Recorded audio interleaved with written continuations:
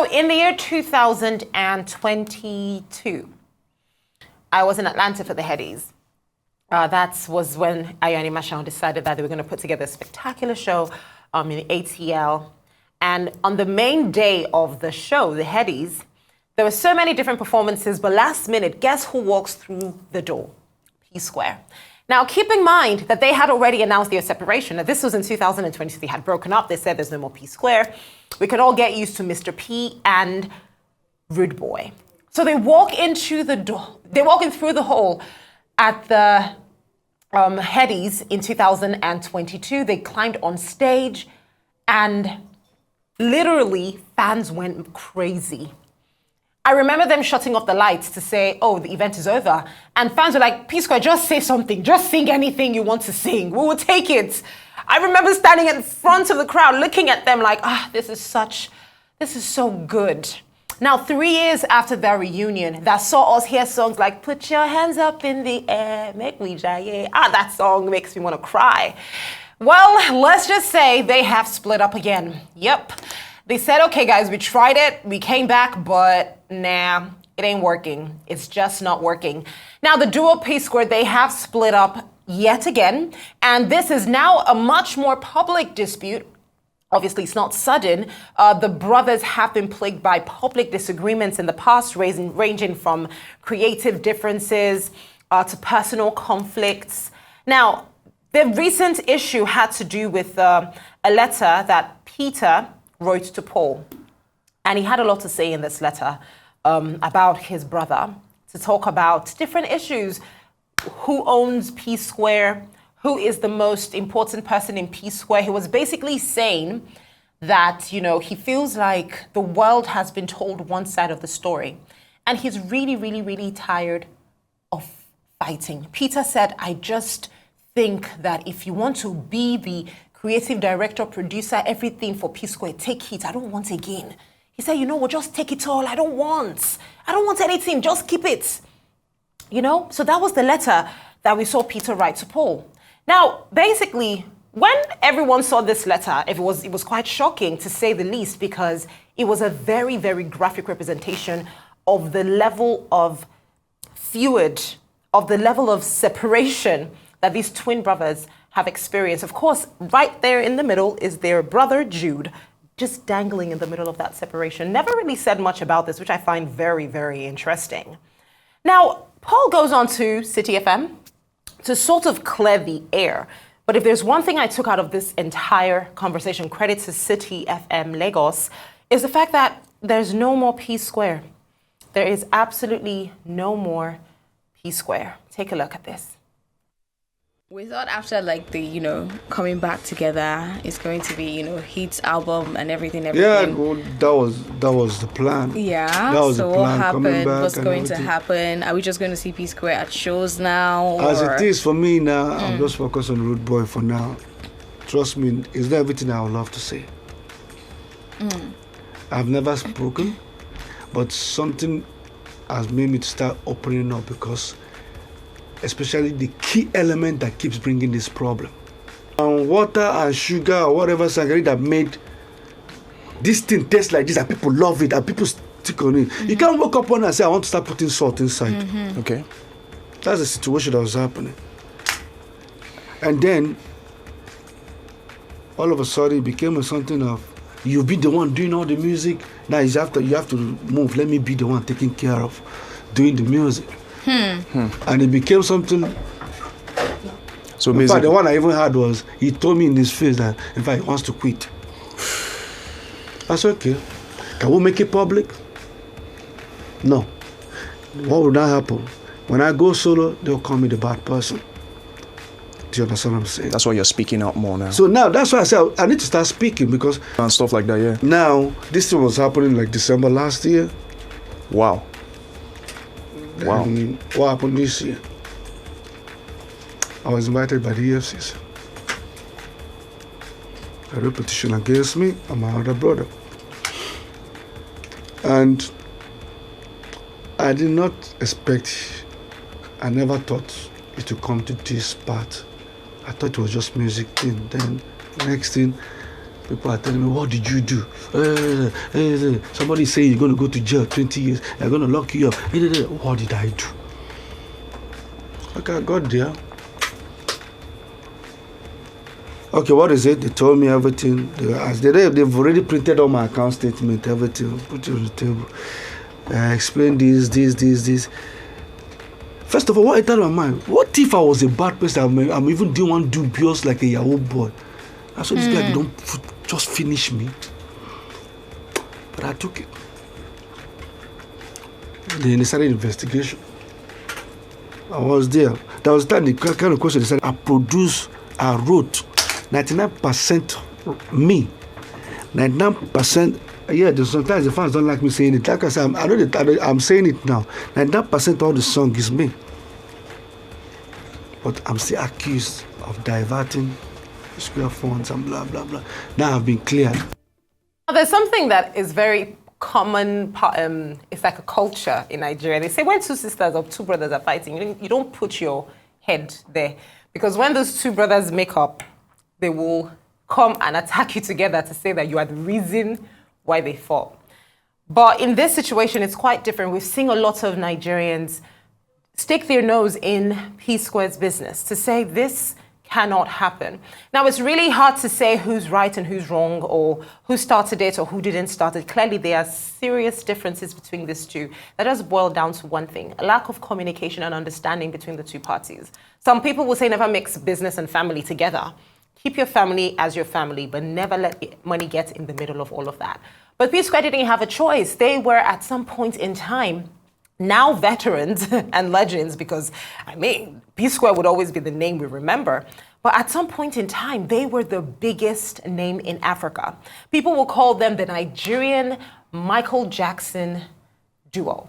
Literally, that's what they were. And it wasn't just in West Africa, in South Africa, East Africa, everywhere people just wanted a taste of their music. Now there's Mr. P and there's Rude Boy, and you know, it's almost as if they're two artists just coming up to try to build a career that already exists. So again, the big question is P-Square bigger than both of them? Or are they individually bigger than P-Square? And is it so hard to come to an agreement? Whatever the case may be, let's get to the fans, because like I said, it's brothers. Whatever they decide, we just have to accept it. Let's take a look at some tweets reacting to, for instance, Paul Okoye is saying that, I don't want to give fans hope, but it doesn't look like we are coming back together. This tweet is pointing something very important out. And I think that Jude Okoye, that's their brother, needs to say something at this point in time. Let's take a look at that tweet again. Can I have my tweet back, please? The tweet says, so Jude has been the Lord Baelish in this whole Kasala. The level of betrayal is insane, and shame on Paul. Regardless of Jude being your elder brother, Peter was your twin brother, and you can see he loves his twin brother so much in all that he has said. Again, I would always say this, there's no smoke without fire. Jude's name has popped up in this conversation too many times, but for some reason, he's just quiet in the background, living his life with his family and avoiding all the drama, but for some reason, reaping off the benefits of it. Let's move on to the next tweet. It's not even about elder brother or twin brother. It's about integrity. It is about integrity. We need to do better. Let's move on to the next week real quick. Paul of P-Square allowed himself to be manipulated, forgetting that he's a twin and not a triplet. Allowing someone else take the place of your twin brother wearing the same ashrabi instead of your twin is a show of disappointment. It's P-Square and not three. You know, this tweet clearly, I don't know what ashrabi has to do with anything, my guy. I'm sorry, that tweet did not follow. And the final tweet says, you people don't have elders in your family. You know, my mom would always tell me something. A man who doesn't have anybody that can pull his ear and say, sit down, is a man headed towards destruction. This is a very important question. You people don't have elders in your family. Why are you both explaining and tarnishing each other's image to total strangers? Abiodun Adeleke, thank you for this question. The other one, Seth, say Naim writes 99% of our songs. Will your parents be proud of all these happening? These are issues. These are issues. But hey, we took to the streets here in Lagos, Nigeria, to ask people on the street just how they feel. Take a look at what they had to say. My opinion about the two of them, I think it has to do with ego. Being a brotherhood, I feel whatever the issue, they should be able to settle it amicably, irrespective of what the extent of it. Because the last time we got to hear news that maybe it was the wife and another, but this is not in the picture. So I think they should be able to tolerate each other, and also they are twins. So it's not encouraging at all. I think together they are better off. It's a combination of two talents. Individually they've tried it, and I don't think they make much impact. When they came back together, I think we heard much about them. I think it's better for them to come together. This matter about P-Square that are having issues between themselves, we should know that when it comes to business and when it comes to money, that is physical, it's always hard to make it easy in between, even though father and mother. So money has been doing this for long. I think they will still come back because there will be a particular thing that will make this issue happen again. And by the special grace of God, God will just pray that God should help them. Both Peter and Paul are no children, and I think it's disgraceful also if two brothers can't resolve their issues, amicably among themselves or between themselves rather. I think it's disgraceful.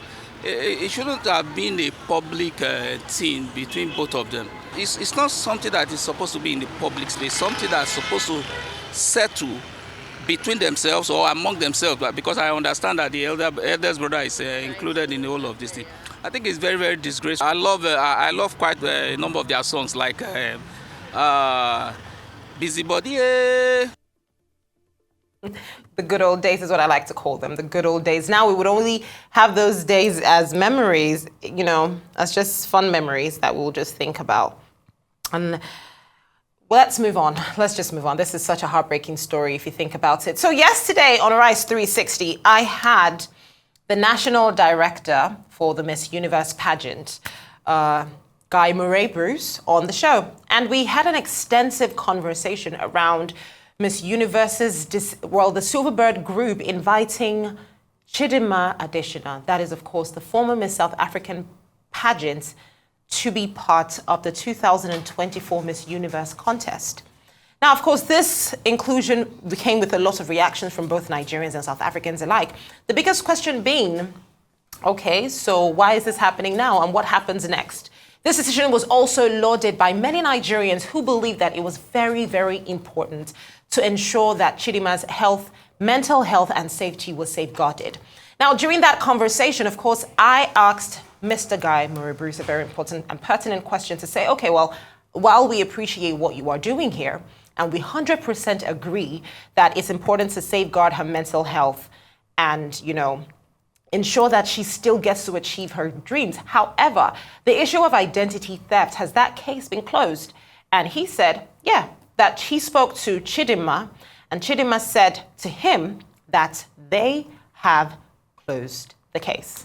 He said, I don't know what's in the news now, I don't know what's in the media now, but based as of 2 days ago when they had a conversation, Chidinma told him that they had closed the case. So we said, okay, well, look at that. I mean, shocker.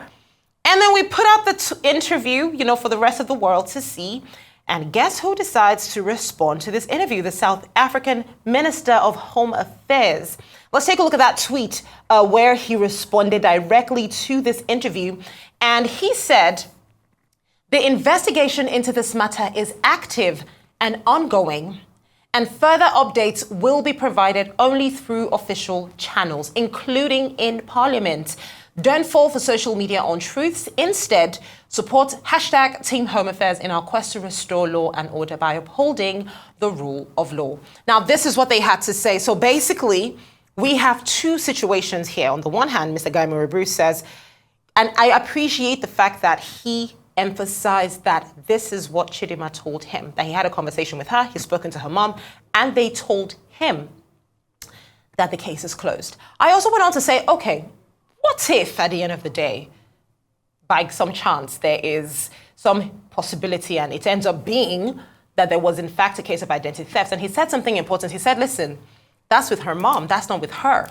So he took her out of the entire scenario to say that whatever happened, happened, but they intend to protect her, and that's what Nigerians are celebrating. But now, in reaction to the Home Affairs Minister and his response saying that the investigation is still active, there's been reactions where Nigerians are now saying, what is going on, I beg? What is really happening? Are we getting into something that is bigger than what we even know? What's happening here? Because why did Chidinma say the case is closed if the case is not closed? Let's take a look at some of those reactions out there. Now, this tweet says there are people who are saying this woman is a victim and it's her mother who committed the crime.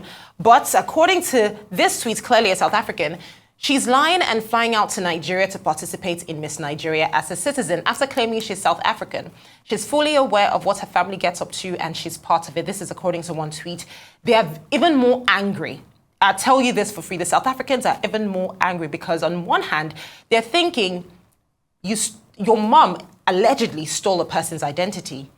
And then you're in Nigeria and you're being celebrated. It's riling them up incredibly. It's insane.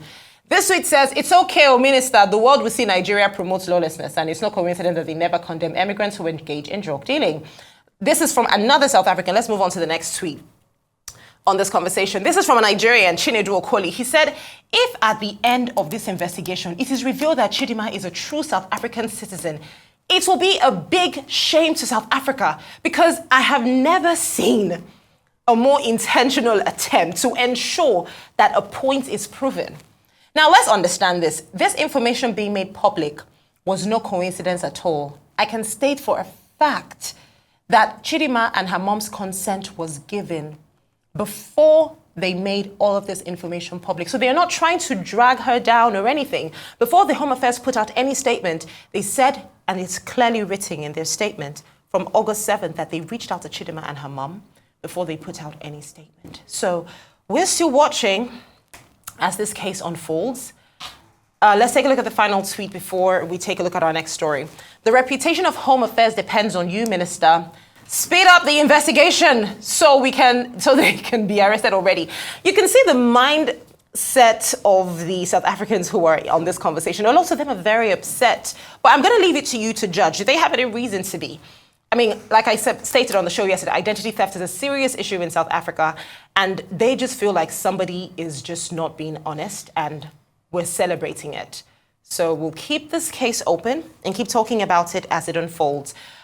Real quick, Nigerian music legend D'banj has released his much-anticipated 5th album, Entertainer, the sequel. Yup, it's out. D'banj is like, see, if you thought you had enough, you're joking, dear. You're absolutely joking. The album is a vibrant blend of Afrobeat and Afropop. It has 11 different tracks, 2 bonus songs, features an impressive array of international stars. There's Wyclef Jean on this one. Awilo Logomba is on this one from Congo. Youssou N'Dour, love him, the Senegalese legend, he's on this body of work. Akon is on this body of work. DJ Maphorisa, there's some Amapiano goodness from the South African powerhouse. And of course, this was such an exclusive listening session, and we have some deets from everything that went down. Take a look. This guy's a hit maker, man. I listened to, I think, 9 songs out of the album. I think he has 13 songs. I listened to 9, and I was blown away, man. Like, I was quiet until he stopped playing. And he had an intro, he had a story for every song he played. It just shows that every song is personal to him. It just shows that he has something to say to us. Sometimes I feel like sometimes it's cool to just get away from stuff and then come back to it. Because when you come back really, really, really berserk. This album is berserk. Personally, I'm a fan of D'banj, a very big fan. I've been a fan for 19 years. That's 19 years is a whole lot, So I'm always rooting for D'banj. I'm always excited whenever there's a new project. And now that we're doing this, I'm excited, to listen to, You know, he was doing sound checks, but I even closed my ears. You get what I'm saying? I didn't even listen properly. So shout out to the band. You know, wish you all the best. I know this album is gonna go, you know, places. Afrobeat is taking over right now, so it's very simple. He did it first. The first superstar opened the doors, paved the way for everybody, for all the superstars we're seeing today. Believe it or not, like it or not. So his album is also gonna do what he did before. I like him. I like because he's not trying to be young again. You know, he's embracing his status. You know, it doesn't sound like he's trying too hard. And that for me is key. We can't be moving in 2024 like we did in 2004. You know, so the 2024 D'banj is different from the 2004 D'banj. And I like the fact that he's embracing that evolution. Of course, evolution is key for every single entertainer. 2024 D'banj is so different from 2004. So we love to see it, though.